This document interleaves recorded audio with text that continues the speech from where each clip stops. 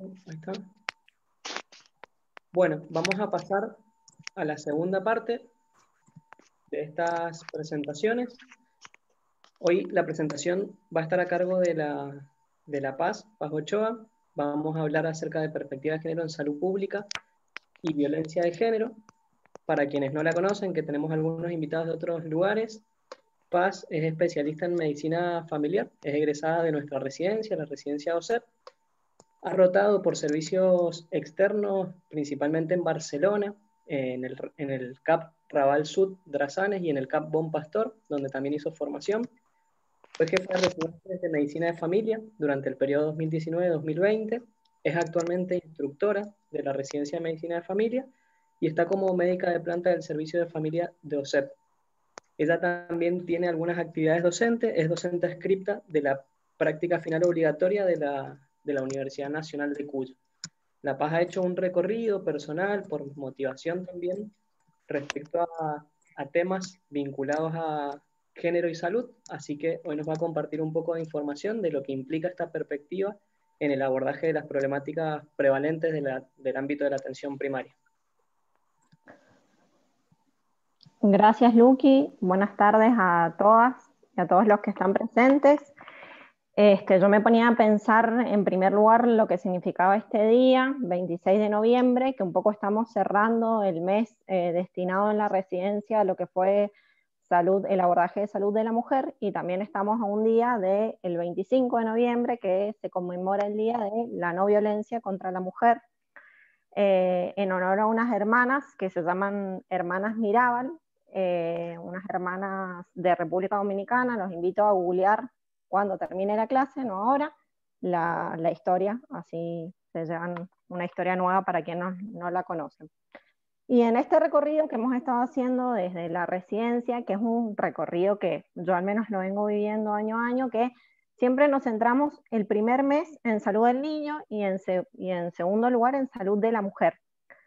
Nuestra formación desde atención primaria está muy estructurada de lo que es la salud materno-infantil, y eso no es casualidad porque de esta manera lo impone o lo digita los sistemas sanitarios, lo cual tampoco es casualidad porque corresponde a una sociedad donde el género, mejor dicho, las desigualdades de género, se articulan con otras desigualdades como las clases sociales, la etnia, para establecer perfiles de morbimortalidad y modelos de gestionar la enfermedad de manera específica.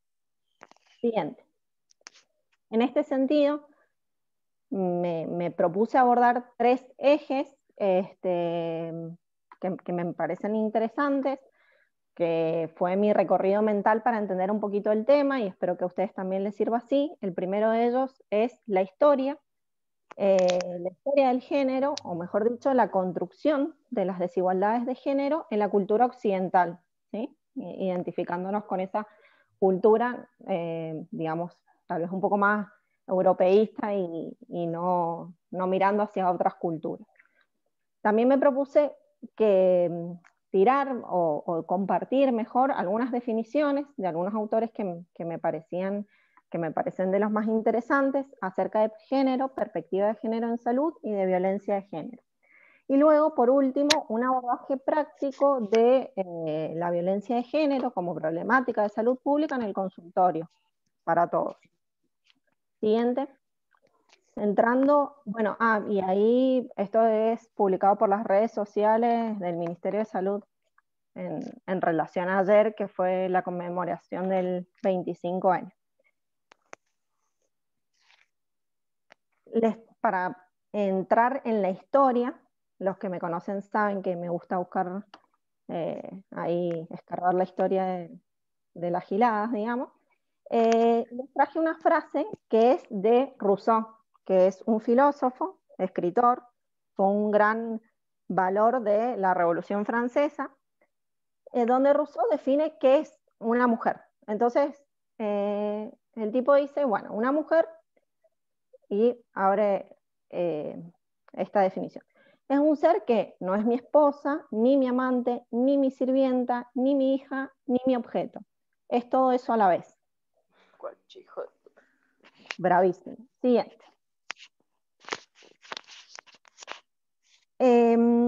para hablar de la historia, obviamente no la construí yo, me paré en un autor que se llama Sandro Comba, que es un licenciado especialista en género y salud de Rosario, un librito que se los puedo compartir, que él habla más o menos de 4 etapas y a mí me parecieron útiles dentro siempre de lo que es la cultura occidental. Primero dice, bueno, comienzan los dioses griegos y romanos, ¿sí? Como desde la historia occidental, donde le introducen a la mujer el adjetivo de desconfianza. Después le siguen algunos médicos romanos que para nosotros son muy importantes, básicamente Galeno e Hipócrates, que son un poco los padres de la medicina, donde hablan que las mujeres y los varones tenemos diferencias en esencia y de naturaleza. Se apoya después esta teoría con algunos filósofos como Aristóteles, que le otorgan la característica a la mujer que es un ser que tiene una razón disminuida. Por obra de Dios tiene menor razón que los varones. Y vienen a sellar todas estas teorías en contra de nosotras, las mujeres, los legistas romanos, que son los que dejan las bases de la mujer en la familia, en el matrimonio y en la propiedad. Siguiente. Para empezar un poco con la mitología, la primer mujer creada por un dios griego que es Zeus es Pandora. Y ustedes habrán escuchado el mito de la caja de Pandora. Bueno, Pandora es la primera mujer que viene al mundo y abre una vasija, una caja que tenía todos los males de la humanidad. Nunca antes nadie la había abierto esa caja y Pandora viene y se manda terrible lío. Siguiente. Después de eso, Helena de Troya, que era una mujer muy linda y muy seductora, pero es la encargada de desatar la mayor guerra de la antigüedad, que es la guerra de Troya. Siguiente. Otro ejemplo es Afrodita, que era la diosa del amor, una diosa que por sus andanzas y amoríos despertaba vergüenza. Es así como Dios, según estos dioses, creó a la mujer como castigo de la humanidad, responsable de despertar males, tragedias, una mujer que es más bien dominada por lo emocional, lo sentimental, y un varón, en cambio, que es un ser racional, que imparte la ley y la justicia, y estos son un poco los elementos claves de la construcción del patriarcado que se van a mantener, lamentablemente, vigentes hasta la actualidad. Siguiente. Si alguien me quiere frenar, compartir algo, solo activen el micrófono, por favor. Para continuar con el legado de la mitología, vienen los médicos grecorromanos, que bueno, son un poco lo que yo decía, Hipócrates y Galeno, que son los que sientan las bases de la medicina occidental, que es la medicina que practicamos hoy en día, la mayoría de nosotros.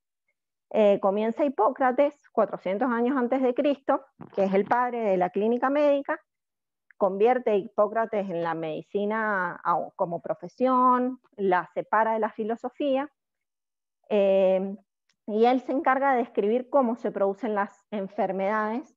Ya las enfermedades no son entendidas como por leyendas o por disposición de dioses, sino que hay una teoría de cómo son producidas por factores ambientales, factores biológicos y hábitos de vida.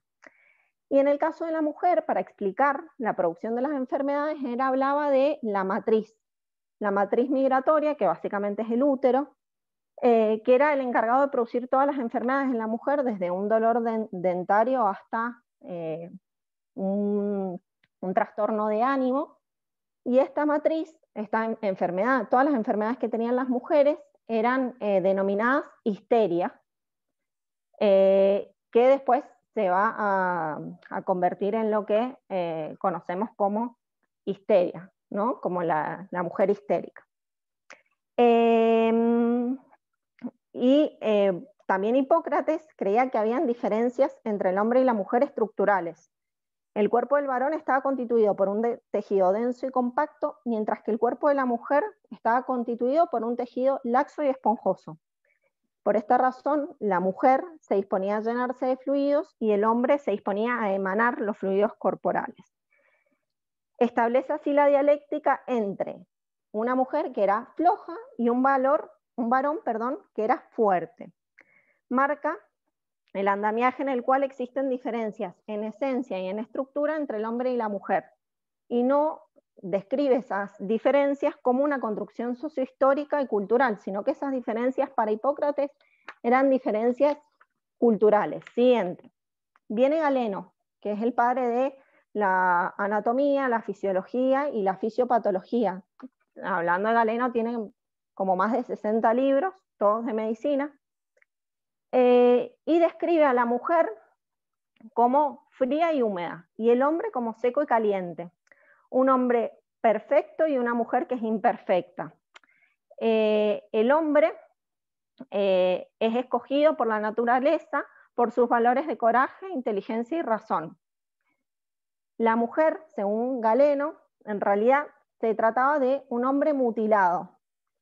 Y hay algo que no le cerraba a Galeno, era que la mujer tenía senos, y cómo iba a ser un hombre mutilado si la mujer tenía senos y el hombre no. Y para explicar racionalmente esto, dijo que la mujer tenía un corazón frío y que necesitaba de los senos para calentarlo.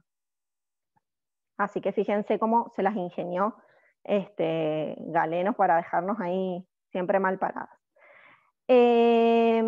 Bien. Entonces, siguiente. Viene después Aristóteles, como representante de muchos filósofos que también hablaban bastante mal desde hace muchos años de las mujeres, y dice que, lo que les decía más temprano, que por disposición de los dioses, las mujeres tenían la razón disminuida. Y por último, el derecho romano, siguiente, que asienta las bases de la familia y el patriarcado, la familia como célula básica de la construcción de una sociedad y el patriarcado que representa el sistema ideológico aportando organización y reglamentación a una sociedad. El pueblo romano y los legistas romanos jerarquizan al padre, abuelo, o sea, al varón, y lo convierten en dueño absoluto de la familia. Y se establece este concepto que era el pater family o el pater de familia, que era el único que tenía la facultad de conferir permisos previos y castigar a cada integrante de la familia. El derecho romano se estructura de tal manera que el pater fuera la ley dentro de la familia. Allí se forjan las bases de la patria potestad, que no sé si ustedes saben lo que es la patria potestad, pero es el poder o autoridad legal que tienen las personas que hacía que el varón tuviese poder sobre todos los derechos de la mujer, que en Argentina se mantuvo vigente hasta 1985. El matrimonio, otra trampa ahí, era el convenio jurídico por el cual una mujer ingresaba a la subordinación total de su marido. La mujer no disponía de sus bienes, estos eran tutelados desde la niñez por su padre o por su abuelo, y después en la juventud y adultez por su marido o por su suegro. Siguiente. Podemos ver que, haciendo este breve recorrido histórico en relación a la visión de la mujer desde la cultura occidental, comenzando por la mitología griega que jugaba con la imaginación y la fantasía, pasando por un médico que describía a la mujer como un ser inferior, o un filósofo que le daba un valor disminuido a la razón de la mujer, llegando a un letrado varón que instituía legalmente y por escrito que la mujer no contaba con ningún tipo de derecho. ¿Cómo vamos hasta ahí? ¿Están todos vivos? Sí, sí, escuchando. Sí, está bien. Siguiente.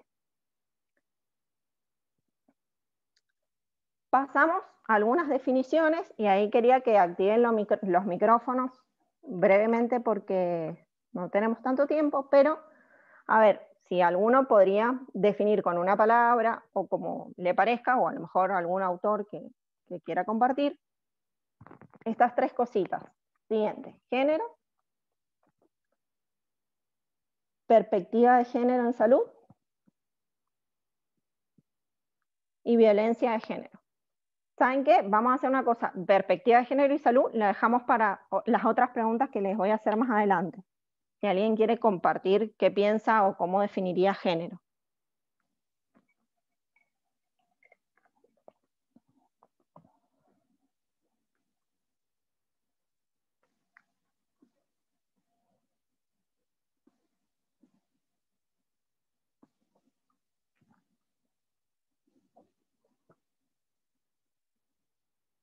Bueno, voy yo.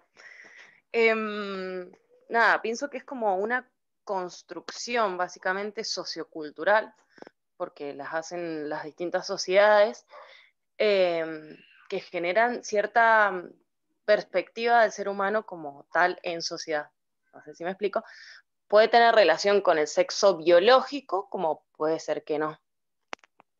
Creo que ese es todo mi aporte. Muy bien. ¿Alguien Sí, más? por ahí agregar esto, que es para mí es una construcción social o sociocultural, en los modos de ser de las personas, o los modos de vivir, de vincularse, que también tiene que ver por ahí con, o no, con el sexo biológico, y con cómo se identifican ellos, o ellas, o ellas. Bien. ¿Alguien más?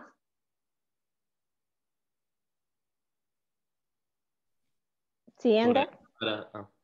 Dale.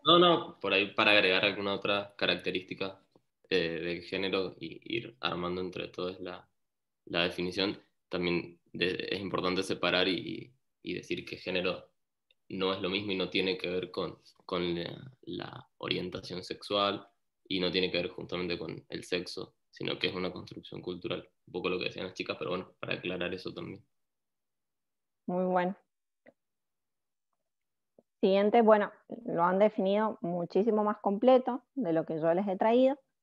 La definición de género que les traigo es de Judith Butler, que dice que es un conjunto de características diferenciadas que cada sociedad asigna, por consiguiente, a hombres y mujeres. En cuanto a perspectiva de género, la definición que les traigo es de Deborah Tager, que habla que implica incorporar una nueva mirada acerca de las diferencias y especificidades en la relación a la salud de las mujeres y los varones desde una perspectiva de ciudadanía y derecho. Y violencia de género, ya que lo vamos a definir ahora acá con todas las definiciones, se entiende por violencia contra las mujeres toda conducta de acción u omisión que de manera directa o indirecta, tanto en el ámbito público como privado, basada en una relación de desigualdad de poder, afecte la vida, la libertad, dignidad, integridad física, psicológica, sexual, económica o patrimonial, así como también su seguridad personal. Esa es la definición de la ley que nos mencionaba más temprano Mariana también. Siguiente. Y nos adentramos brevemente en lo que implica tener una perspectiva de género en salud pública y tomamos de nuevo a Deborah Tager como autora, que también ya les voy a pasar material, se las recomiendo.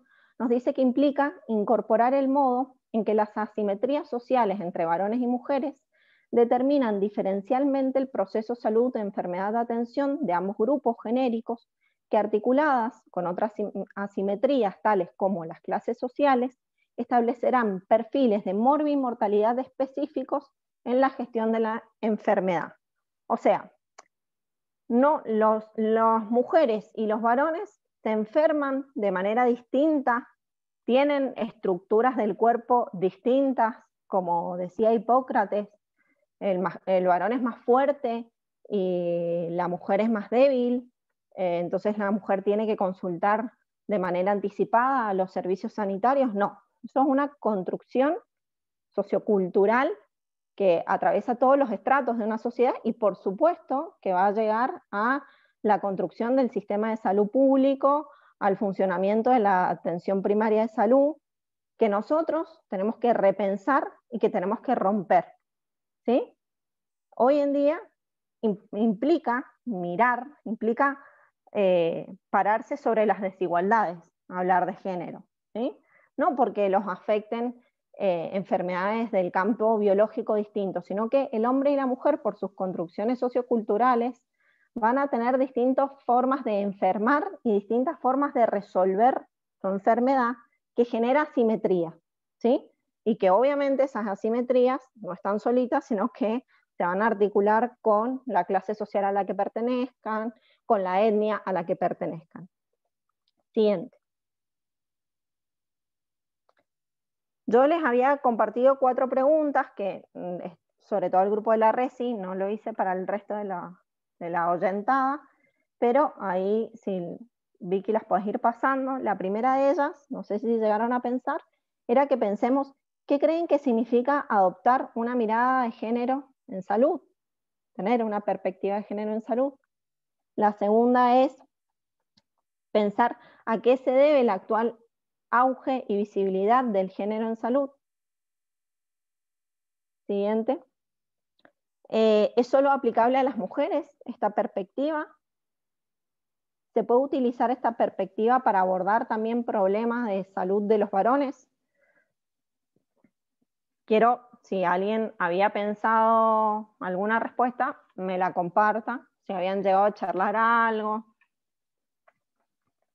Si no, díganme, no pasa nada, seguimos.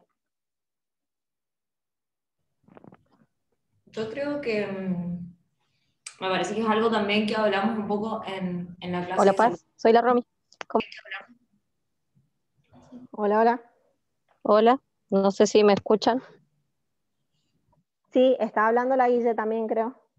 Sí, la escuché, por eso me quedé callada. ¿Sigo? No sé, que me diga la Paz o vos, no sé cómo. Y termina Guille y sigue la Romy. Bueno, sigo entonces. Lo hablábamos un poco en la clase de Consejería de Salud Sexual y Salud Reproductiva, que esto de tener un enfoque de género y conocer la desigualdad de género que está completamente naturalizada y tenerla en cuenta en nuestras prácticas. También hablábamos en esta clase de esto que no es solamente aplicable a mujeres y que poder ver cómo también el patriarcado afecta a varones, además está decir al resto de las disidencias, y cómo nosotros como personal de salud también tenemos cierta responsabilidad en esto y pensar qué podemos hacer, cómo podemos pensarlo para tenerlo en cuenta. La verdad es que no voy a dejar de pensar esto, que como la desigualdad afecta principalmente a mujeres y disidencias, pero que también tenemos responsabilidad para un montón de cosas en relación a cómo afecta el patriarcado a los varones. Y por otro lado, la verdad es que no estoy muy segura, pero creo que el actual auge y visibilidad del género en salud viene de la mano de la lucha feminista, y saber que hace un montón de años que se está luchando en general por los derechos de mujeres y disidencias, y que obviamente se ha visto reflejado en las violencias que ejerce el sistema de salud y la búsqueda de esos derechos, de garantizar esos derechos. Muy interesante, Guille. Voy a incorporar eso que estás diciendo. ¿Romy? Bueno, yo lo que quería decir es que para mí también la importancia, o sea, también no, porque creo que la Guille lo dijo con otras palabras, es que tengamos todo lo que es violencia de género y todo esto como un problema de salud, o sea, visibilizarlo como el efecto que tiene sobre la salud de las personas, la violencia y cómo puede llevar a enfermar no solo a la mujer que sufre la violencia, o sea, en los casos tradicionales, ¿no? Sino también lo que sufre ese hombre violento que ejerce la violencia, los hijos, hijas que tenga esta pareja, si es que los tiene, o el resto del entorno familiar, porque para mí es una enfermedad que afecta a toda la familia, y me parece que hablar de esto nos ha permitido avanzar en verlo como lo que es una enfermedad, y que hay que incorporarlo y tratarlo como se trata una faringitis y como se trata cualquier tipo de problema de salud. También coincido en que para mí esta visibilización ha venido de la mano de toda esta lucha feminista, de empezar a escuchar voces, de empezar a movilizar cosas que antes se mantenían en las sombras. Y coincido también en que no es solo aplicable a mujeres, sino que se ve al hombre puesto en este poder de el macho, el que todo lo puede, el que no llora, el que no tiene sensibilidad, el que debe trabajar, el que debe estar. Entonces también eso genera una carga. Puntualmente me pasó, no me voy a explayar mucho, pero con un paciente ayer, que la Estefi lo debe recordar, que había perdido a su hija, fue una recién nacida que murió, y él no había llorado en 5 años porque él sentía que su rol era apoyar a la esposa, que era la que había perdido a la bebé. Entonces yo dije que fuerte como este hombre no se permite vivir ni siquiera me parece que afecta también a los hombres y que lo podemos usar porque uno les abre un poco el tema y empiezan a aflorar cosas, empiezan a llorar, empiezan a contarte debilidades que tienen como cualquier persona y les parece increíble que uno los vea como una persona y no como un hombre.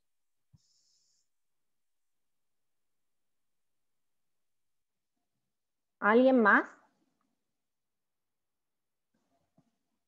Bueno, la verdad que creo que las chicas respondieron todas estas preguntas. Yo tengo poco que aportar, además de lo que ellas dijeron, simplemente que tener una mirada desde el género no implica incorporar a un nuevo sujeto al trabajo diario, o sea, no implica centrar la mirada en las mujeres o solo centrar la mirada en los varones, sino tener una nueva mirada de cómo estas diferencias han estructurado las diferentes maneras de enfermar y de resolver todo el ciclo del proceso salud-enfermedad en varones y mujeres y cómo afecta esto también a todas las familias.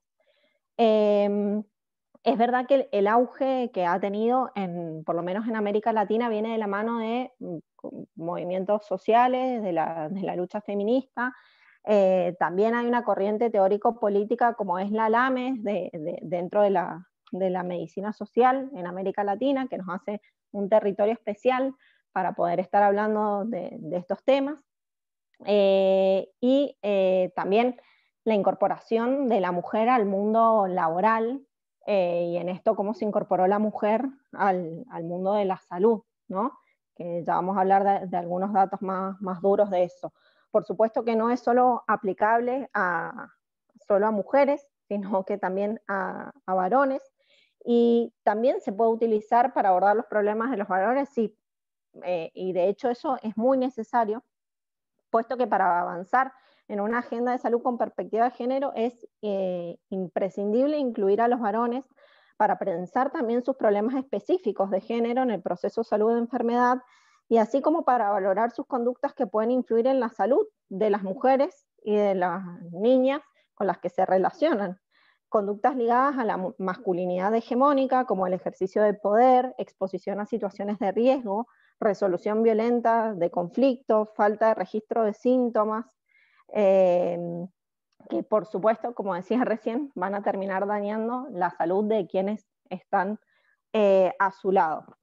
Hablando de esto, de qué ha sucedido, por qué también se pone tan en auge, bueno, la mujer se ha incorporado al mundo del trabajo y por supuesto, como la mujer siempre se ha encargado del trabajo del cuidado, el área de salud y sobre todo el área de salud pública ha sido un lugar donde la mujer ha entrado en el mundo laboral, y de hecho, si uno repasa algunos datos, puede sacar también algunas conclusiones, que es un proceso que se llama feminización de la salud pública, en donde en la salud pública trabajan 2 mujeres por cada 0,5 varones. Y en la medicina privada, que se supone que es más rentable, esta relación es totalmente inversa. Digamos, hay 2 varones por cada 0,5 mujeres. También hay una inequidad entre el saber y el poder, porque las mujeres en general ocupan los cargos dentro de lo que son las tareas de salud de menor poder, están más relacionadas al trabajo social, psicología, enfermería, y dentro de las especialidades médicas, en general se hacen cargo de las clínicas, que también suelen ser las menos rentables. Así que también hay inclusive una feminización de la salud pública que nos va a llevar digo, esto me parece que tenemos que pensar la perspectiva de género desde todos los ángulos, digamos, de cómo estructuramos nuestra organización en el centro de salud hasta con los pacientes que tenemos enfrente. Siguiente. Todas estas diferencias entre varones y mujeres en el modo de enfermar nos llevan a que surjan ciertos problemas que son específicos. Siguiente. Siguiente. Por ejemplo, en cuanto a las patologías cardíacas, que es verdad que son más frecuentes en varones, está comprobado que en las mujeres son más desatendidas, ¿sí? Para una misma patología existe una inequidad de la atención. Las mujeres llegan más tarde a la atención para el tema de patologías cardíacas. Siguiente. Las mujeres tenemos mayor esperanza de vida al nacer y tenemos también mayor sobrevida, pero lo hacemos en condiciones en general de discapacidad y de pobreza. Siguiente. También está la feminización de la pobreza, que creo que varios lo hemos escuchado. Las mujeres tienen mayor sobrecarga en cuanto a los cuidados e internaciones domiciliarias. Hay varios estudios que hablaban que no se pueden directamente ejecutar internaciones domiciliarias en hogares donde no hay una mujer, ¿sí? Esto es lo que se llama la producción doméstica de los cuidados en salud, que es algo que se le está poniendo mucho el foco porque de hecho esto a los sistemas sanitarios le cuesta plata, ¿no? El trabajo que hacía la mujer antes de incluirse al mundo laboral de la vida pública, digamos, porque siempre laburó, pero quiero que se entienda bien esto, ¿no? Que se incorpora al trabajo fuera de casa. La mujer era quien cuidaba al anciano, al familiar enfermo. Todos esos cuidados se han tenido que trasladar a instituciones y eso ha generado mayor gasto en salud pública, mayor gasto inclusive para nuestra obra social. Siguiente. Peores coberturas de salud en relación a peores condiciones laborales, un poco en relación a lo que decía la Guille. Bueno, sí, esto afecta a varones y mujeres, pero evidentemente le da un palazo en la cabeza a las mujeres y a las disidencias porque todavía hay algunas desigualdades. Ustedes saben que las coberturas de salud vienen de la mano de los sistemas de seguridad social que fueron armados en relación a lo laboral, las obras sociales de los trabajadores textiles, obras sociales de trabajadores ferroviarios, que le otorgaron, digamos, una cobertura de salud a varones, que muchas veces esa cobertura de salud no fue traspasada hacia las mujeres. Siguiente. Aborto ilegal también. Siguiente.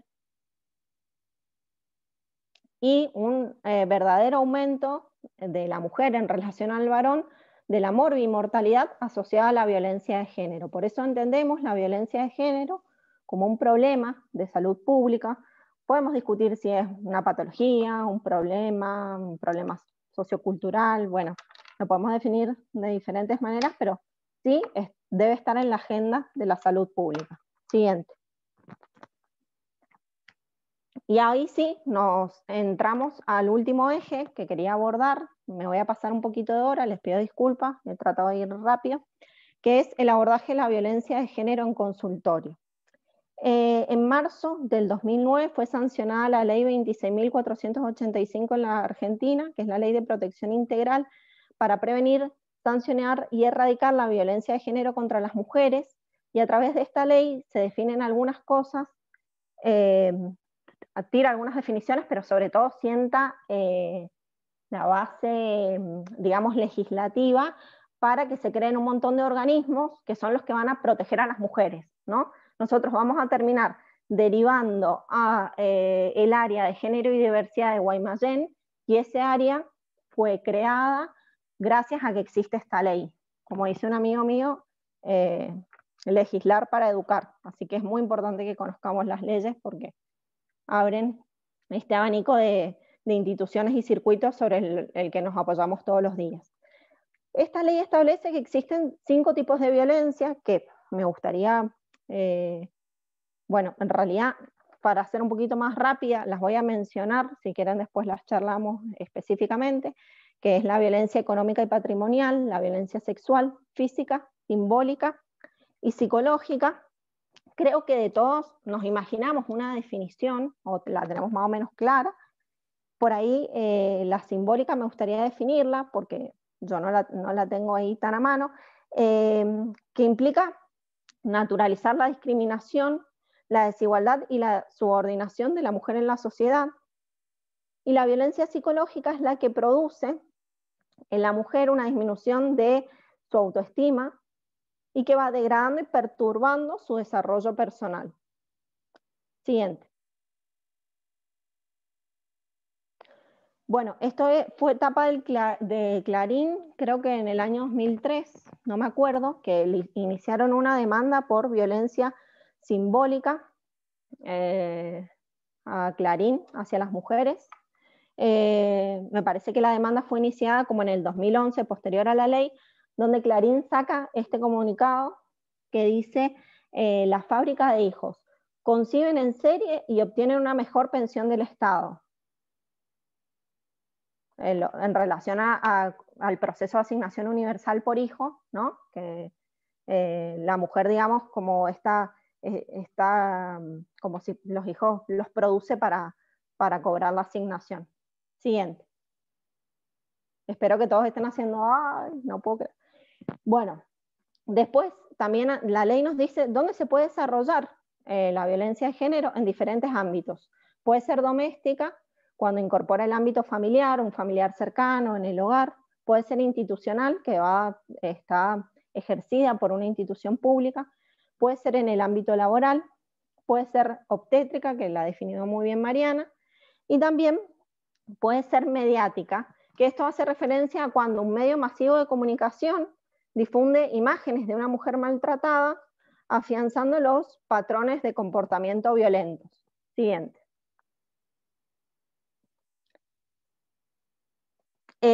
Para el abordaje de la violencia de género en consultorio, yo he tomado sobre todo un protocolo que es del Hospital Italiano, que me parece muy sencillo. Lo podemos complementar con otras cosas y dejarlo protocolizado, como tenía pensado la Laurita. Pero yo les presento este y de última dicen qué les parece. Este protocolo nos dice que nos podemos encontrar con una mujer en 3 situaciones, como para organizarnos, ¿no? Una mujer que consulta por otro motivo y se constatan signos de violencia. Una mujer con signos o síntomas sugestivos de violencia como angustia, depresión, insomnio, molestias somáticas, la cefalea, la lumbalgia crónica, que no mejoran con el tratamiento habitual. Y una mujer que se encuentre asintomática, ¿sí?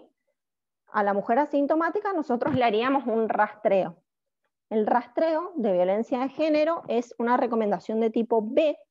No está estipulado cada cuánto hay que hacerlo. Lo que sí dice el protocolo es que tratemos de repetirlo en caso de que tengamos una alta sospecha, que estemos alerta cuando la sospecha es alta para volver a rastrear en otra consulta esta situación. Y tampoco establece un límite de edad. Dice que son mujeres en edad fértil.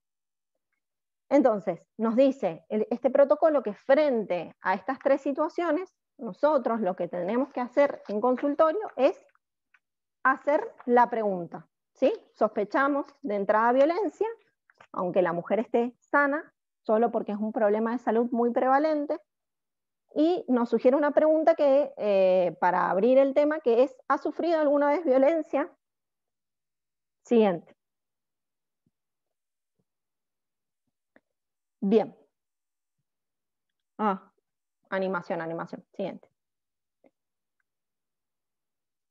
Entonces, dice, el primer paso es que la mujer reconozca la situación de violencia, ¿sí? Porque es el paso desde la psicología más difícil, y se cree que reconocer esta situación, que hay violencia de género y que hay maltrato, es la primer herramienta terapéutica. Ya con solo hablarlo y entender que se trata de una situación de violencia, esto resulta terapéutico para la paciente. Así que cuando lleguen a estas situaciones, consideren que ya han hecho mucho. También nos propone, después de que ha pasado esta pregunta de ¿alguna vez ha sufrido violencia? Nos dice, bueno, se puede utilizar un cuestionario que nos recomiendo, el cuestionario HITS, que está validado en inglés y en español, y que ahora se los voy a presentar, que una puntuación mayor de 10 de este cuestionario nos habla de que evidentemente existe violencia de género. Y algo muy importante que nos dice que tenemos que contextualizar la pregunta que le vamos a hacer a la mujer y normalizarla. Este problema, le decimos a nuestra paciente, este problema es muy habitual en nuestra práctica, es muy frecuente en las mujeres, por eso te voy a hacer las siguientes preguntas. ¿Has sufrido violencia? Te puede decir sí o no. O, si te parece, seguir con el siguiente paso y preguntar un poquito más, o si querés, lo dejas ahí y lo volvés a tomar en otra consulta, como te parezca. Y si te parece que hay que ir un poquito más, pasamos al cuestionario HITS. Fíjense que se los voy a presentar. Siguiente.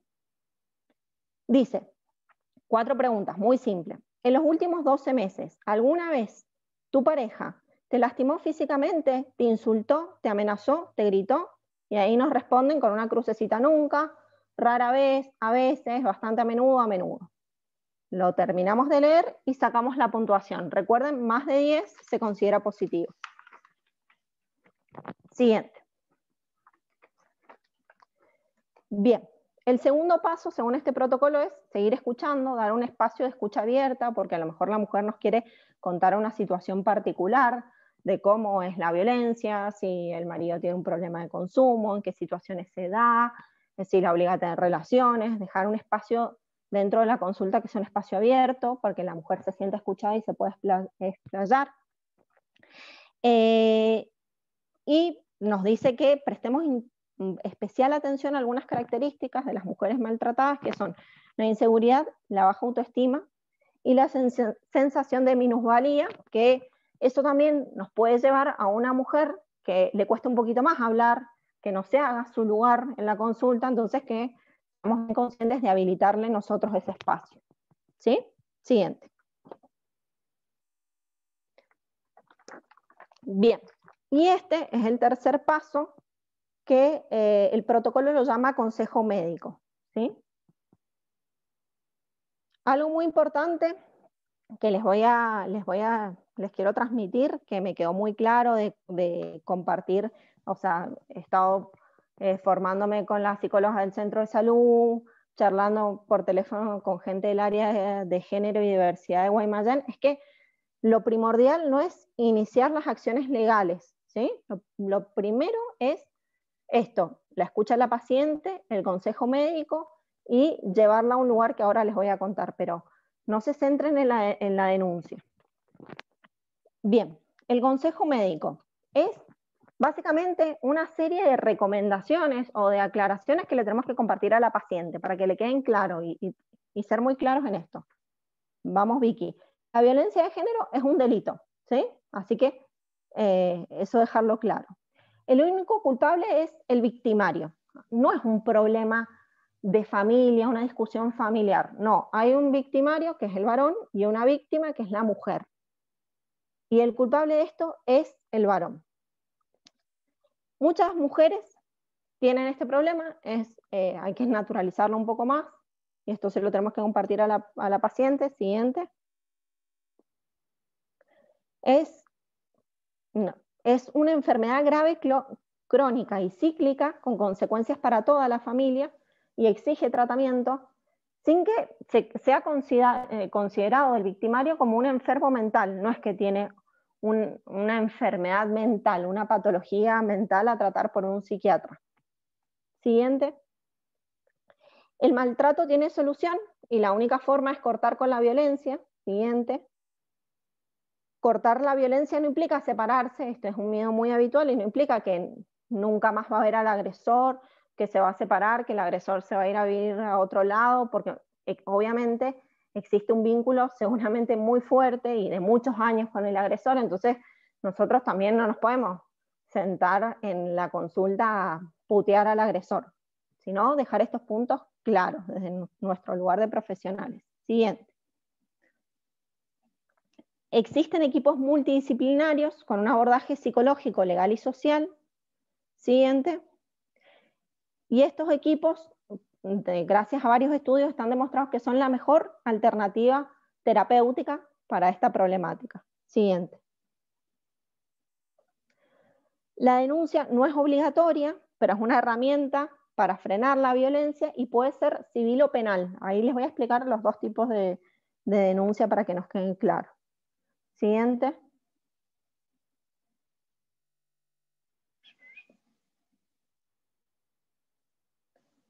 Siguiente. Siguiente. Bueno, le dimos el consejo médico. Lo que tenemos que hacer con la paciente es dejarle mucha info, que esto nos vamos a tener que organizar cómo la vamos a transmitir. No matarle la cabeza, pero básicamente dejarle 2 números de referencia para situaciones de emergencia. En alguna situación le decimos a la mujer con la que tenemos enfrente que sientas que tu vida está amenazada, tus teléfonos de contacto tienen que ser el 911 o el 144 que activa al 911, ¿sí? Llamar en esa situación al 911 o al 144 no implica que va a denunciar al agresor y que lo va a dejar en cana, sino que va a recibir una ayuda para cortar esa situación de emergencia de vida, ¿sí? ¿Se entiende? Bien. Otros datos, siguiente. Estos datos, estos teléfonos, bueno, no se ven, me imagino, pero obviamente se los voy a compartir para que lo tengan más a mano. Este es el área, son 2 teléfonos, uno que funciona de 8 a 14 y el otro que funciona en el resto de las horas del día, o sea, de 14 en adelante y los fines de semana, que es el área de género y diversidad de Guaymallén. Porque, ¿qué pasa? Es muy importante que a esta persona que está siendo víctima de violencia de género la capte un equipo de salud de abordaje integral de esta problemática, que lo indicado es que esté dado por 3 actores o 3 personas. Una, la trabajadora social, que va a hacer la investigación de la situación social, económica, laboral de la mujer y la familia. Otra va a ser el área de psicología, que va a trabajar con la mujer de manera individual y de manera muchas veces también grupal para trabajar sobre algunas patas flojas como son la valorización de la mujer, el crecimiento de la autoestima, planear proyectos, sacar las barreras de aislamiento, porque en general son personas que se encuentran aisladas de círculos que antes las acompañaban, amigas, amigos, familiares. Y el otro es el abordaje legal, que va a estar dado en general por un abogado que la va a asesorar a la mujer para cómo hacer la denuncia, cuándo es el momento, qué pruebas sirven, cuáles no. ¿Sí? Entonces, es importante, si bien nosotros nos encargamos de diagnosticar, rastrear esta situación, que llegue rápidamente a este equipo. A este equipo, ¿cómo va a llegar? Lo aconsejado por el mismo equipo es que la mujer sola saque el turno, llama a esos teléfonos, le cuenta la situación al operador, que en general los operadores son trabajadores sociales, y les otorgan un turno en el área de género de la Municipalidad de Guaymallén. Si la mujer está un poco reacia a llamar o no quiere averiguar, nosotros podemos ir comentando a estos mismos teléfonos como miembros del equipo de salud esta situación, a ver si nos dan una mano de por dónde avanzar. Siguiente. No, esperen. Que está tapado ahora, pero dice denuncias a través de la página del Ministerio Público Fiscal. Ese enlace que tienen ahí es la página del Ministerio Público Fiscal, donde la mujer puede hacer 2 cosas, la denuncia penal o la denuncia civil. La denuncia penal implica que al agresor le meten una pena, le pintan los dedos, va preso, o sea, hay una pena para el agresor. Y la denuncia civil no implica la pena para el agresor, sino que lo que hace es activar una medida de protección para la mujer, ¿sí? Y para la familia, porque en general es la familia. Entonces, a través de esta se establece la provisión de acercamiento. Si uno entra a ese enlace, la denuncia te pide muy pocos datos y el Ministerio Público Fiscal tiene 7 días para ponerse en contacto con la paciente, con la mujer, tanto para el ámbito penal como para el ámbito civil, y le va a pedir datos del agresor, si viven juntos, el lugar donde se ha producido la agresión. Y va a activar la prohibición de acercamiento y la exclusión del hogar por la parte civil. Siguiente. Siguiente. Bueno, y por último, el último paso que nos dice el protocolo del hospital italiano es que hay que aconsejar a la mujer a que tenga un bolso preparado con ropa y dinero, y ante una situación de violencia física realizar la denuncia penal. Esto hay que también, por lo menos mínimamente, explicarle a la mujer, esto es una obligación que tenemos, ¿cuál es la diferencia entre la denuncia civil y la denuncia penal? Es muy útil el abordaje interdisciplinario y el trabajo de grupo de esta patología, y en estos grupos en general se trabaja con la victimización recibida, con el síndrome de inapresión aprendida, la revalorización de la mujer y la independización económica y de proyectos. Bien, eso es todo. Me pasé un poquito, ahí está la bibliografía, la van a tener en el Drive y después la chusmean. Quisiera que abriéramos un toque el micrófono, Luqui. Yo sé que nos hemos pasado un poquito. Hemos sido muchas expositoras un mismo día y por ahí están un poco cansados, pero bueno. Pachu, quería saber, viste que, bueno, este caso de la niña de 15 años, bueno, adolescente de 15 años, quería saber, justo me surgió una duda con el tema de nuestra denuncia, ¿sí? Viste que estuvimos charlando. Realmente, o sea, nosotras podríamos hacer la denuncia en el caso de que sepamos de este caso, o si constatamos lesiones, o con solo su contar de su historia, con lo que nos cuenta. Por ejemplo, si nos dice, me tiene encerrada, lo que sea, podemos denunciar, ya que es menor de edad, o, perdón, tendría que denunciar la madre, o la madre y nosotras, no sé, perdón, pero muchas dudas. No, me sirve mucho esa duda. Bueno, hay dos situaciones de urgencia. Uno, que peligre la vida de la mujer y que veamos que no tiene red y que nosotros tenemos que activar, digamos, el servicio de cortar la violencia de manera legal, que lo que nos recomiendan del área de género y diversidad, que siempre lo consultemos con ellos, porque la verdad es que los teléfonos están muy accesibles.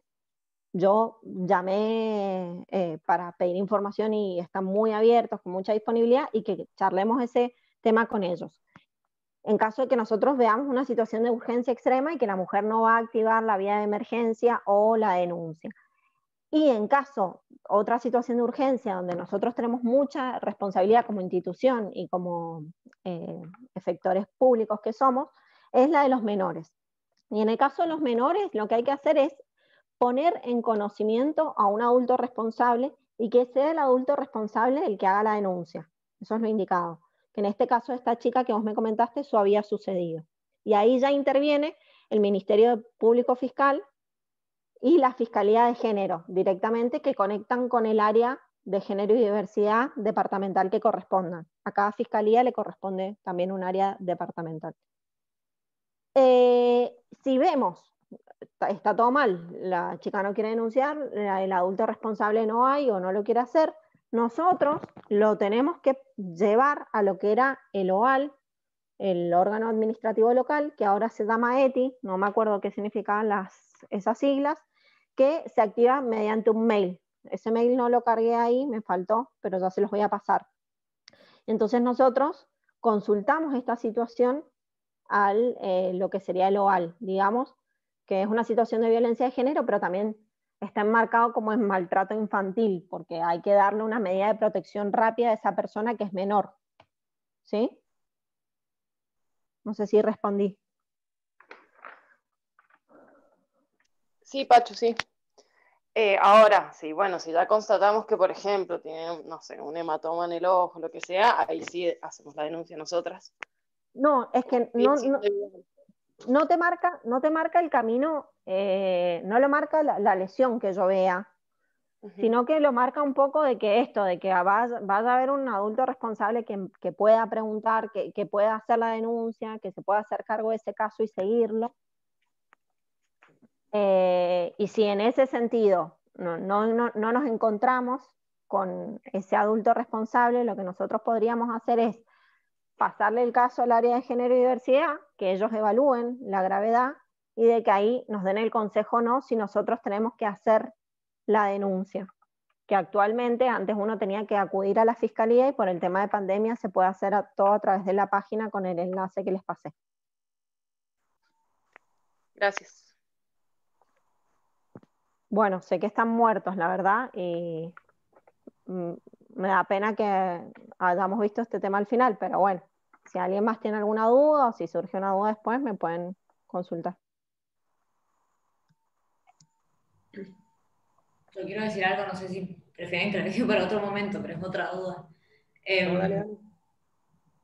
Nada, primero agradecerte, me pareció muy, muy buena la presentación, muy completa y que se nota que has investigado un montón y que es lo que hablamos todos los días, que por lo menos a mí me está como superando la situación, que lo vemos permanentemente y por lo menos yo no sé cómo actuar.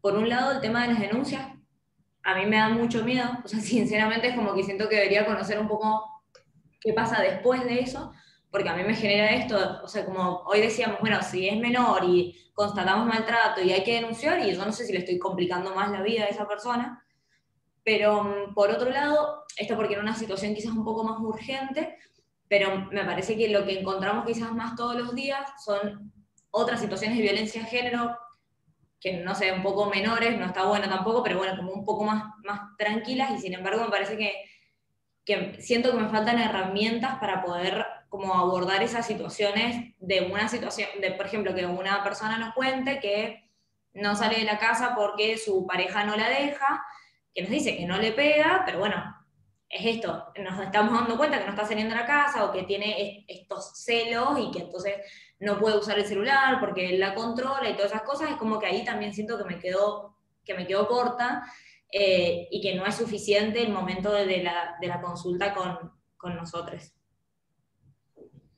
Bueno, mira, esto, gracias Guille, a mí investigar todo esto me ha llevado esto que decís vos, esta sensación como de impotencia o de preocupación, de que me pasaba, de que por ahí salió una noticia de que habían matado a una piba en el centro de salud cerca donde yo trabajaba y decía, no, es esta que vi y al final la mataron y yo, ¿qué hice?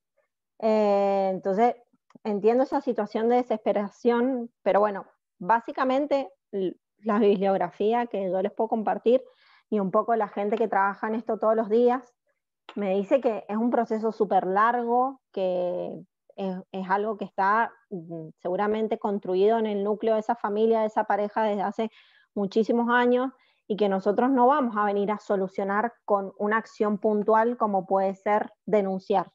Entonces, por un lado, sacarnos la ansiedad de la denuncia, sí, ser muy claros en cuáles son las posibilidades, el abanico que tiene la mujer y ser unos buenos agentes de información para la mujer, ¿no? Ser claros, que le queden claros todos estos datos de contacto, que le quede claro el peligro que corre, y después habrá un poco, ¿no?, de responsabilidad de la mujer en activar estas redes o no, y también un poco responsabilidad del Estado, porque la responsabilidad del Estado la tiene de entrar en contacto rápido con la mujer. Pero sí lo que me han dicho, un poco, no lo llevo al plano nunca me lo llevaron la gente con la que estuve hablando esto, no me lo llevó al plano de una adicción, pero yo lo interpreté un poco así, de que tiene que mediar mucho la voluntad de la mujer, la voluntad de sacar el turno en el área de diversidad, la voluntad de concurrir después a los talleres, de tener las entrevistas con trabajo social para ver si le pueden dar asilo, si le pueden dar un apoyo económico para un alquiler, porque si no media la voluntad en todo esto, es como que después el proceso fracasa rotundamente y hay muchas recaídas.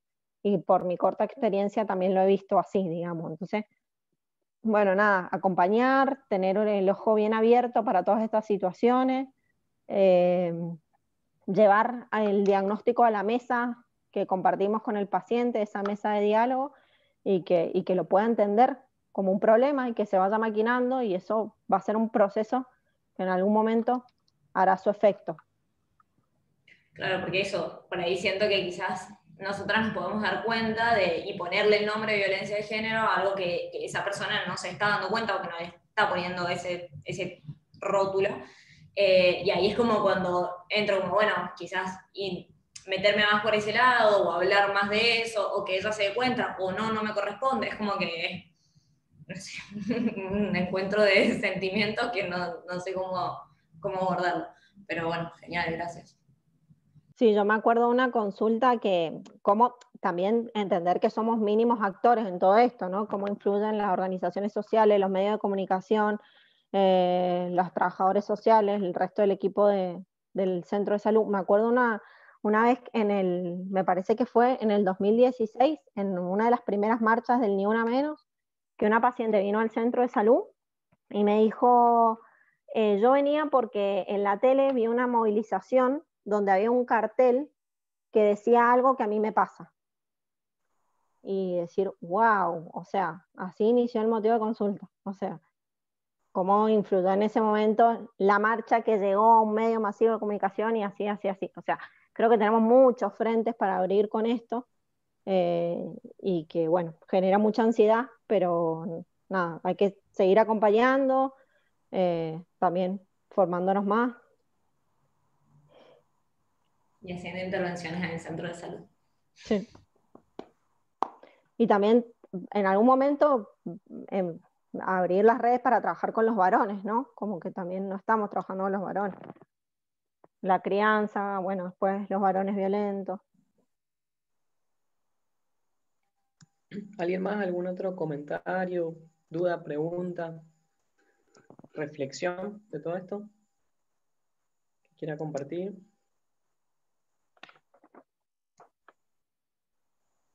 ¿No?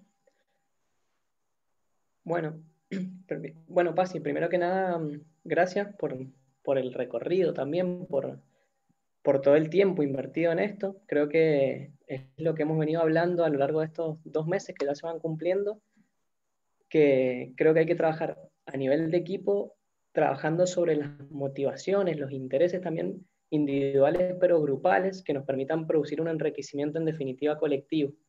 Y en ese sentido creo que hay personas que van a trazar caminos más desde lo social, otros desde lo comunitario, otros desde lo asistencial, desde la gestión, pero lo importante es que todas las personas que tengan un camino, un recorrido, una experiencia, algo para compartir, lo puedan poner justamente al servicio del grupo, básicamente. En ese sentido, creo que la pandemia nos dejó algunas lecciones y las hemos vivido, creo, en el transcurso de estos meses de pandemia, y están vinculadas a que hay grandes áreas de salud, de problemáticas de salud pública o problemáticas del ámbito de la atención primaria, que necesitamos transitar con mucha más importancia y dándole mucho más espacio en el proceso de formación. Creo que es necesario revisar los planes de estudio, los planes de formación, tanto de las universidades obviamente, pero también de las residencias, y que nos lleva a preguntarnos eso, bueno, ¿qué tiempo voy a dedicar a aprender a leer un electro y qué tiempo voy a aprender destinar a aprender a leer la realidad social en la que vivimos? Creo que es igual de importante y muchas veces en la vorágine asistencial, técnica, nos lleva puestos la realidad de querer aprender algunos aspectos técnicos de otras áreas que no necesariamente se traducen en la resolución de los problemas cotidianos con los que trabajamos. Entonces, yo lo he dicho varias veces esto, creo que tenemos que tener la capacidad de mirar en un microscopio, pero también tenemos que tener la capacidad de alejar la lupa y tener un análisis del proceso salud, enfermedad, atención y cuidado desde una mirada social, desde una perspectiva de derechos, y por qué no esto desde una perspectiva de género. Eso nos tiene que interpelar a lo largo de todo el año 2021, creo. Empecemos ya en ese sentido y creo que tenemos que trabajar en el 2021 para aumentar los espacios destinados a esto, a la reflexión vinculada a las problemáticas sociales, a las problemáticas de género, con todos los lugares donde nosotros podemos tener importancia y donde podemos incidir. Esto es en el CAPS, en la asistencia individual, en la asistencia familiar, en la sala de espera, con una patita en el territorio y con una patita caminando por el barrio y generando intervenciones con mujeres, que hay un proyecto, una propuesta de proyecto en marcha, y es imposible en ese sentido pensarnos en soledad. O sea que también es un desafío grande para el 2021 que afiancemos los lazos que tenemos como equipo en el centro de salud y con todas estas otras personas que nos van acompañando en el proceso de formación. Eso va a ser fundamental porque creo que nos va a ayudar también a manejar la ansiedad que nos genera esto de batallarlo básicamente en soledad.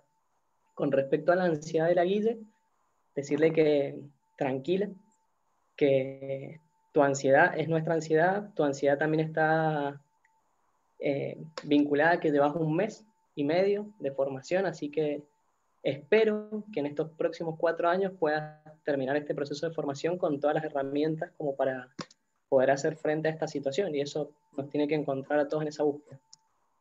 Yo creo que como propuestas concretas en este sentido, creo que tenemos una responsabilidad gigante. Me encantaría que estuviera, por ejemplo, Lale Vázquez en esta presentación, que está a disposición obviamente en YouTube, pero aprovecho y le digo a los varones que están hoy presentes que creo que nos tenemos que dar el espacio para pensar en una nueva masculinidad, para pensar en términos de ver cómo jugamos nosotros acompañando algunos procesos sin capitalizar, sin coordinar, sin protagonizar procesos vinculados a esta temática, pero sí sin quedarse al margen. O sea, no por correrse de ese lugar nos vamos a quedar al margen, sino que creo que la residencia se merece un profundo análisis respecto a la masculinidad que nos toca jugar en esto.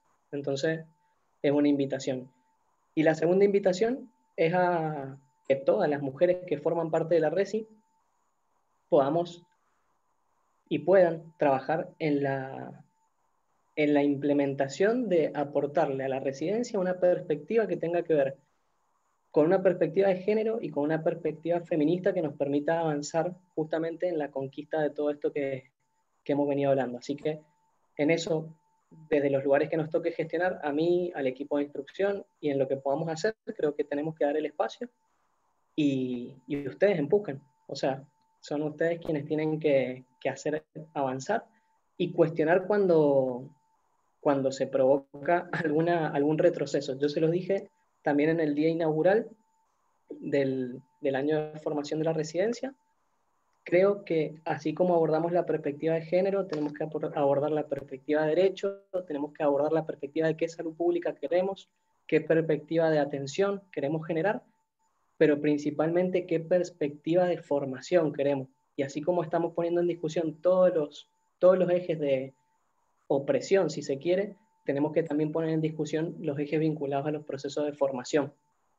Y en ese sentido, hay que poner en discusión toda forma de violencia ejercida contra cualquiera en cualquier situación de inferioridad. Que estas discusiones múltiples que estamos abriendo nos deben a reformular y a repensar todo lo que haya que repensar. Así que bueno, creo que desafíos más que gigantes para lo que viene. No sé si alguien quiere compartir algo más, y si no, ya vamos a ir cerrando. Gracias, Pasi, la verdad, muy bueno el recorrido. Y nada, bienvenido sea a seguir fortaleciendo toda esta mirada y esta perspectiva en la RESI. Bueno, gracias a todos. Yo sé que los voy a dejar listos para la siesta, algunos ahí. Si alguien más quiere comentar algo. Yo les muestro mi rodilla. Yo quería comentar algo que me quedó pendiente de la charla de la IDE, que la primera vez que empezábamos a atender con la Vicky, me quedaba re paralizada en estas situaciones de violencia de género que ahora nos toca 2 por día. Y como que voy aprendiendo de a poco de Edua muchísimo, y desde el principio fui aprendiendo primero a cómo hablarle a la paciente, cómo interrogar, hacer el rastreo mínimo aunque sea. Y después, bueno, me sirvió tu charla para ver cómo también hacerle a la paciente ver que tiene sus derechos sexuales, que tiene sus derechos reproductivos, y como que voy sumando herramientas, pero sí siento que me quedo corta, pero como dice Lucas y la Paz, que son cosas que vamos a ir aprendiendo seguramente dentro de la residencia y fuera, y que vamos a seguir aprendiendo, obviamente, pero por lo mínimo empezando a saber cómo hablar directamente, para mi edad fue mucho, y con esta ahora he aprendido de la charla a la paz, o sea, voy aprendiendo cositas y bueno, recién empezamos, así que calculo que dentro de 4 años podremos estar un poco mejor, pero voy aprendiendo. Buenísimo. Yo creo que es cuestión de que miren, es impresionante para mí lo que ha pasado, pero es cuestión de que miren 2 meses para atrás y que se imaginen cómo se proyectaban como médicas, como médicos y el camino que han hecho en estos 2 meses. Creo que ha sido impresionante. No sé si alguien quiere compartir algo más y si no estábamos terminando, yo le iba a pedir si nos podíamos quedar 2 segundos la gente de primero y la PASI, así coordinamos una cosa del sábado. Dale. Hola David, que no te veía. Bueno, Ajá. gente, cerramos esta. O David, ¿vos si querés comentar algo? ¿No? Bueno, cerremos esta etapa, quedémonos 2 segundos. Primer año con la paz y conmigo. Así yo les pregunto algo operativo básicamente y ya terminamos.